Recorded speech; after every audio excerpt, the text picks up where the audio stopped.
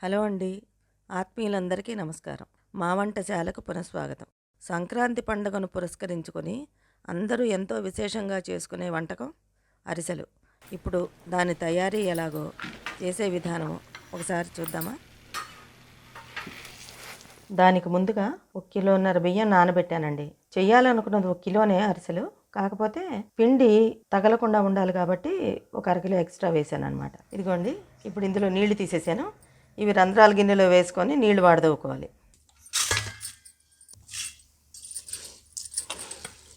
ఇలాగ నీళ్లు పూర్తిగా పోవాలన్నమాట. ఇదిగోండి, ఇలాగా ఓ తెల్లని క్లాత్ తీసుకొని దాని మీద కాస్త గాలికి ఆరవేసేయాలన్నమాట. నీళ్లు వాడదవిన తర్వాత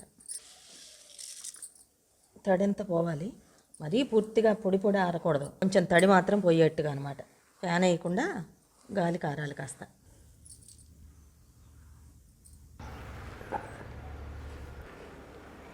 ఇందాక బియ్యం ఆరబోసాం కదండి, అవి కాస్త నీళ్లు తడారిన తర్వాత దాన్ని మిక్సీ పట్టుకోవాలి. మిక్సీ పట్టేసి ఇలాగా నొక్కేయాలండి, పిండి ఆరిపోకుండా. పిండి ఆరిపోకూడదు అనమాట. జల్లెడ పట్టి ఇలా నొక్కేయాలి. నేను ఇందాక పట్టిన పిండి కిలో ఉందండి. ఆ కిలో పిండికి ఇది 3/4 కిలో బెల్లం అనమాట. అయితే 3/4 కిలో బెల్లం వేయాలనుకుంటే వేసుకోవచ్చు, లేకపోతే అరకిలో బెల్లం వేసుకొని 1/4 కిలో పంచదార వేసుకోవచ్చు, మీ ఇష్టం అది. ఇందులో ఓ 3/4 గ్లాసు నీళ్లు పోసుకొని పాకం పట్టుకోవాలన్నమాట.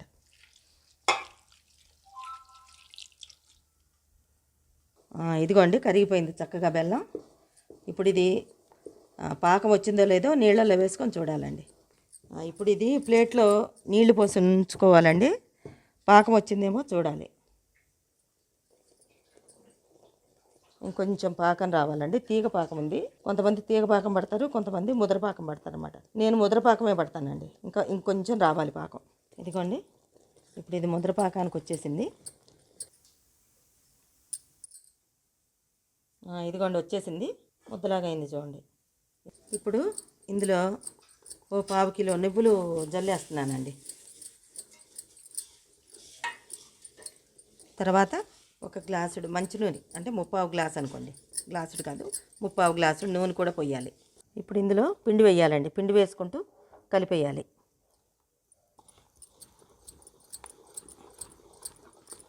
ఇలా ఉండలు కట్టకుండా కలిసింది కదా, మళ్ళీ జల్లాలన్నమాట. ఇది ఇలా జల్లేసుకుంటూ తిప్పేస్తూ ఉండాలి. పాకం వేడి మీద ఉండగానే తిప్పాలండి, లేకపోతే ఉండలు అయిపోద్ది.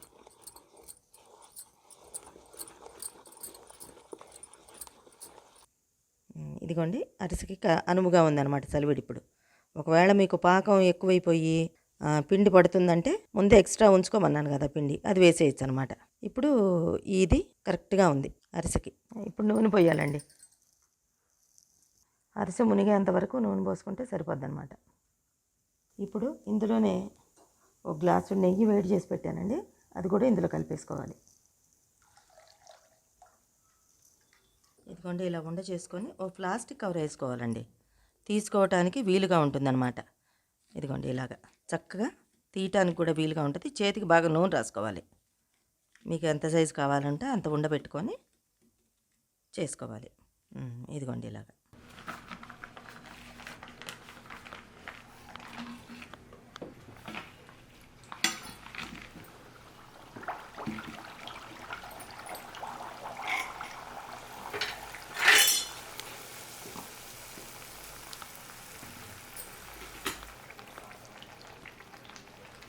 ఇలాగ బ్రౌన్ కలర్ వచ్చేటట్టు కాల్చుకోవాలన్నమాట.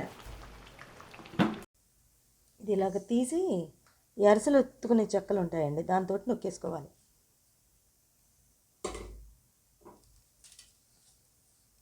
ఇది ఇలా నొక్కేసిన తర్వాత ఇది తీసుకొని వేరే పళ్ళెల్లో వేసుకోవాలన్నమాట. మొత్తం సలివిడి మొత్తం ఇదే ప్రాసెస్తో చేసుకోవాలి.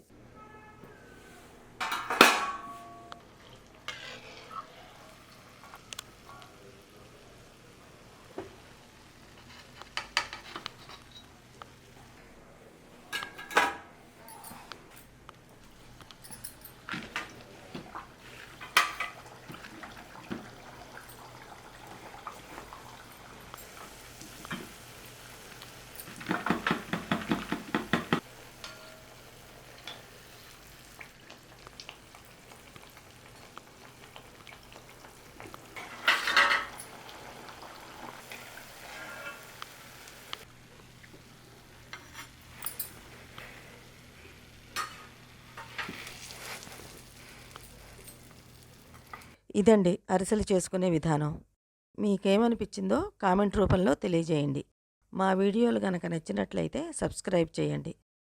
ఇదండి మరో రోజు మరో మంచి వీడియోతో మీ ముందుంటాను. సెలవా మరి.